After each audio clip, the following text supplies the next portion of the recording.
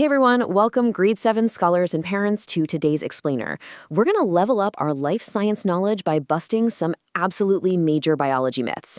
I am so thrilled to guide you through this today because, let's face it, the animal kingdom is wild, and sometimes the things we think we know are actually completely backward.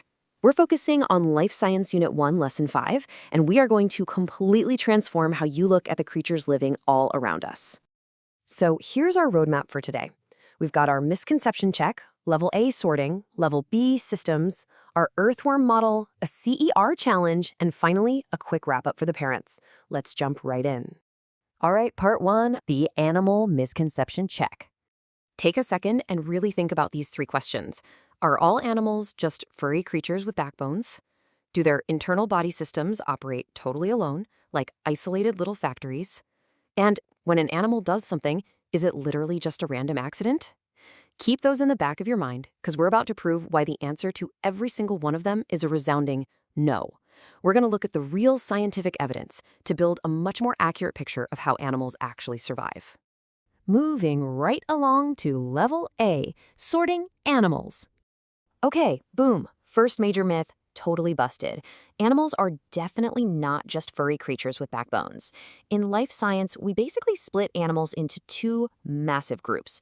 Vertebrates, those are the ones with a backbone, like you, me, or a dog. And then invertebrates, those are the guys without a backbone. And get this, invertebrates make up roughly 97% of all animal species on Earth. So if you're only picturing a furry mammal when you hear the word animal, you're literally missing out on almost the entire picture of life on our planet. Let's break this down a bit more to clear level A. On one side, we have our familiar vertebrates, right? Humans, dogs, birds, all sharing that internal skeletal spine. But then, check out the invertebrates, earthworms, jellyfish, spiders. I mean, these organisms look incredibly different from one another, but they all share that invertebrate status. It really just shows how wildly diverse the animal kingdom is, with crazy different body plans designed for completely different environments. Level A is officially cleared. Let's zoom all the way in for Level B, interacting systems. So there's this weird myth out there that your stomach does its own thing, your heart does its own thing, and your lungs do their own thing, and they never really talk to each other. But the reality, any multicellular organism is basically a massive system of highly interacting subsystems. Groups of cells form tissues, tissues form organs, and it's a total team effort to keep the creature alive. Let's look at how this actually plays out. Step 1, the digestive system breaks down food into basic microscopic nutrients. But those nutrients are totally useless just sitting there in the stomach. So, step 2, the circulatory system steps up. The blood absorbs those nutrients and ships them out to every single cell. And step 3 is where the magic happens. Together, they maintain homeostasis. That's that stable, healthy internal balance an organism absolutely needs to survive. Without the circulatory system moving the fuel that the digestive system processes, the animal wouldn't make it. Like I said, a total team effort. All right, zooming back out to the environment for Section 4, not random, the earthworm model. This brings us to our third huge misconception. It's so important to get this. When an animal does something, it is almost never random. The myth is that animals just kind of wander around aimlessly.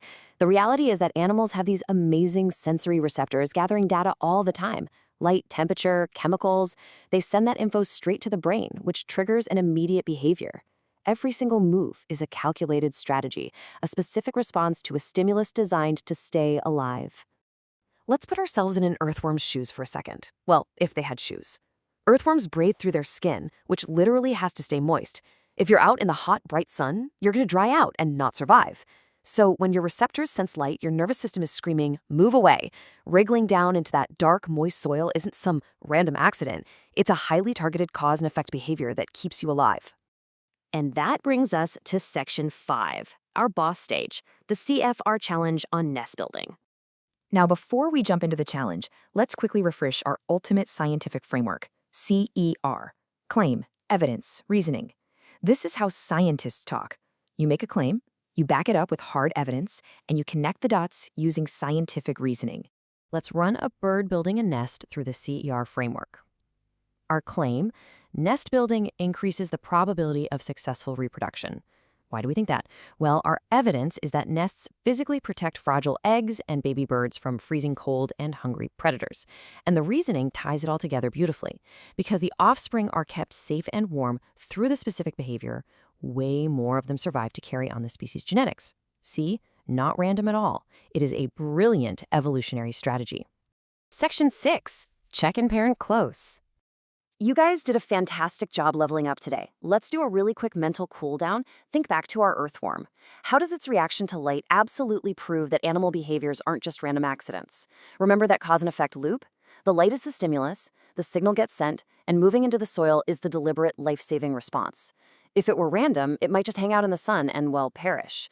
Its precise reaction proves there's a highly adapted biological system at work. And hey, for the parents and guardians hanging out with us today, keep the science flowing at the dinner table tonight.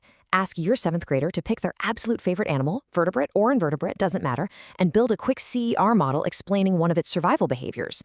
It's such a great way to lock in these concepts. So next time you see an animal out and about, ask yourself, what is the hidden survival strategy behind what it's doing? Because from the spider in the corner of your room to the dog on your couch, every creature out there is running a complex, millions of years old survival program. What other invisible strategies are happening right in your own backyard today? Thanks for tuning into this explainer, and keep exploring.